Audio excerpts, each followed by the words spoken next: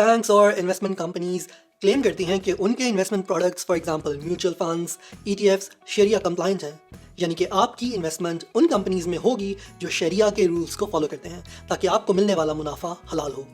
Islamic banking एक बहुत बड़ा टॉपिक है एंड इस बारे में बड़े बड़े स्कॉलर्स खुद आपस में एग्री नहीं करते एंड हर कोई अपना फतवा देने को रेडी होता है।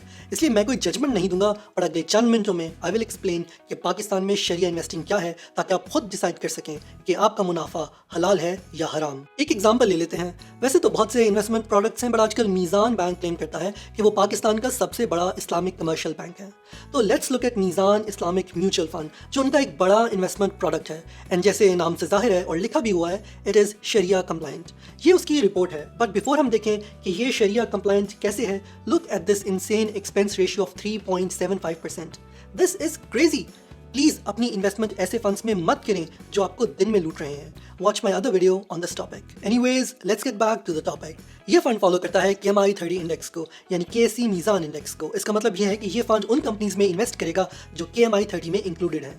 इसलिए हमें देखना है कि KMI 30 क्या है और इसमें कौन सी कंपनीज इंक्लूडेड है एंड उन कंपनीज का सिलेक्शन क्राइटेरिया क्या है। ये डॉक्यूमेंट जो आप स्क्रीन पर देख रहे हैं पाकिस्तान स्टॉक एक्सचेंज की वेबसाइट पे अवेलेबल है एंड इसमें KMI 30 की डिटेल्स हैं। लेट्स सी कि ये शरिया कंप्लायंट किन कंपनीज को कहते हैं। पहला क्राइटेरिया है business of the investee company, यानी कंपनी कारोबार क्या करती है। ऐसी कंपनीज जो फाइनेंशियल सर्विसेज देती हैं यानी सूदी काम करती हैं, वो इस फंड का हिस्सा नहीं है। For example banks and insurance companies. इसके अलावा वो कंपनीज जो हराम काम करती हैं वो भी इस फंड का हिस्सा नहीं हो सकती। फॉर एग्जांपल जुआ यानी गैम्बलिंग, हराम मीट एंड लिकर यानी हराम गोश्त या शराब का काम। चले यहाँ तक तो बात सही थी कि कंपनी हलाल काम कर रही हो, बट मेजॉरिटी कंपनीज की इनकम का कुछ हिस्सा इंटरेस्ट यानी सूद से भी आता है। फॉर एग्जांपल अगर वो कंपनी अपने पैसे किसी सेविंग्स अकाउंट में रखे तो KSE मीज़ान इंडेक्स के हिसाब से कोई टेंशन नहीं। बस जो बंदा ऐसी कंपनीज के शेयर्स ले रहा है वो कंपनी को जाके बोल दे मीटिंग में, या लेटर लिख दे कंपनी को कि वो इनकम के ऐसे हिस्से को अप्रूव नहीं करता। तो बस पहला क्राइटेरिया इज डन। एक है डायरेक्ट इन्वॉल्वमेंट इन सूद। क्या कि आपने एक रकम रखवा दी है और आप उसका जो है सूद खा रहे हैं। जैसे आपको मालूम है हमारे यहाँ बहुत से लोग वो रिटायरमेंट के ऊपर उन्हें ग्रेचुइटी मिली है, 15-20 लाख मिल गया है, वो जाके बैंक में रख दिया, अब वो माहाना उसे वहाँ से दे रखा। ये सूद, ये चिट्टा सूद है, खरा सूद है, पक्का सूद है, हराम हराम हराम हराम। दूसरा क्राइटेरिया है interest bearing debt to total assets must be less than 37%। मतलब कि ऐसी कंपनीज जो सूदी कर्ज लेती हैं लोगों से, दूसरी कंपनी से, बैंकों से कारोबार करने के लिए, वो सूदी कर्ज उस कंपनी के असासों के 37% हिस्से से कम ही हो। यहाँ भी ट्विस्ट यही है कि अगर शेयर होल्डर ने डिसएग्री कर दिया है तो शेयर होल्डर बरी जिम्मा है। दूसरा ये कि आप बैंक से रकम लेते हैं अपनी दुकान बढ़ाने को, अपनी बिल्डिंग ऊंची करने को, अपने कारोबार को वसअत देने को, और वहाँ सूद देते हैं, ये भी हराम हराम हराम हराम। तीसरा क्राइटेरिया है non compliant investments to total assets should be less than 33%। यानी कि नॉन शरिया इन्वेस्टमेंट्स कर लें, बस वो कंपनी के टोटल असासों का 33% हिस्से से कम हो। नॉन शरिया यानी कि interest deposits, treasury bills and bonds वगैरह। या जानवर काटने का कोई तरीका है, उसको हलाल करके ज़िबा करके खाने का एक अलग तरीका है, और जो हलाल नहीं होता है तो वही गोश्त होता है, वही बकरा होता है, लेकिन हम दूसरी कंट्रीज में जाते हैं तो हम वो गोश्त नहीं खाते हैं क्योंकि वो हलाल नहीं होता। तो एक प्रोसेस है और इस प्रोसेस को फॉलो किया जाता है, शरिया गाइडलाइंस को। There are many which are frauds also, fine, only namesake Islamic.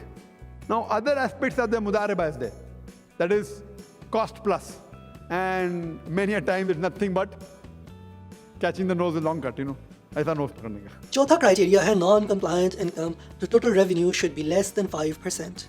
For example एक कंपनी कुछ बेच के पैसे कमाती है, उसकी एग्जांपल हो सकती है कपड़े बेच के पैसे कमाती है, जूते बेच के पैसे कमाती है, या गाड़ी वगैरह बेच के पैसे कमाती है, एंड वो पैसे बैंक में सेविंग्स अकाउंट में रख देती है एंड उस सेविंग्स पे सूद मिलता है।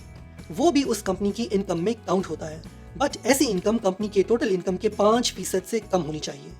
इस डॉक्यूमेंट पे तो बस यही लिखा है, बट एक और ट्विस्ट भी है। मुफ्ती तकी उस्मानी जो मीज़ान के बोर्ड पे हैं, वो अपनी book an introduction to Islamic finance के पेज 143 पे लिखते हैं कि अगर 5% इनकम सूद से आई है तो 5% चैरिटी भी करनी होगी। And Allah and His Rasul wage a war. So according to me, taking interest and giving in charity is also haram. खैर, according to doctor Zakir 5% charity will still be हराम। बट मीज़ान वालों ने तो कमाल कर दिया है। बहुत कन्वीनियंटली मुफ्ती तकी उस्मानी की किताब में से बाकी सब कुछ कॉपी पेस्ट किया है, बट 5% वाला पॉइंट अपने डॉक्यूमेंट से गायब ही कर दिया है। 5वां पॉइंट है illiquid assets to total assets का हिस्सा 25% से ज़्यादा हो। इलिक्विड यानी कि ज़मीन एंड इक्विपमेंट वगैरह कंपनी के असासों का कम अज़ कम 25% हो। फॉर एग्जाम्पल अगर आप बैंक्स की मिसाल ले लें, उनके एसेट्स आर मोस्टली मनी, इसलिए उनमें इन्वेस्ट करना मना है क्योंकि बैंक्स पैसे पे पैसा कमाते हैं। That is cost plus is हराम, so this point is fine. And आखिरी पॉइंट नेट लिक्विड एसेट्स पर शेयर वर्सेस मार्केट प्राइस पर शेयर के बारे में है। ये last 2 points I feel like are mostly financial screeners, so this one is fine too. नाम का फर्क है, label is different but the same. What happened? There are many fatwas in this, and fatwa shopping is very easy. You know what fatwa you want to get, so they go and when Egypt will get or Pakistan or India, so they take fatwa which is convenient for them, and then they sanction it. Anyways मुझे comments में ज़रूर बताइएगा, will you still invest in such kinds of funds जो आपके साथ upfront नहीं है। ये वो 6 क्राइटेरियाज हैं जिनकी बेस के ऊपर आपको और मुझे पाकिस्तान में शरिया इन्वेस्टिंग का चूरन बेचा जाता है। कोई भी इन्वेस्टर अच्छा इन्वेस्टर नहीं है जब तक वो अपनी ड्यू डिलिजेंस ना करे। अपना और अपनी इन्वेस्टमेंट्स का ख्याल रखिएगा, and I will see you in the next video.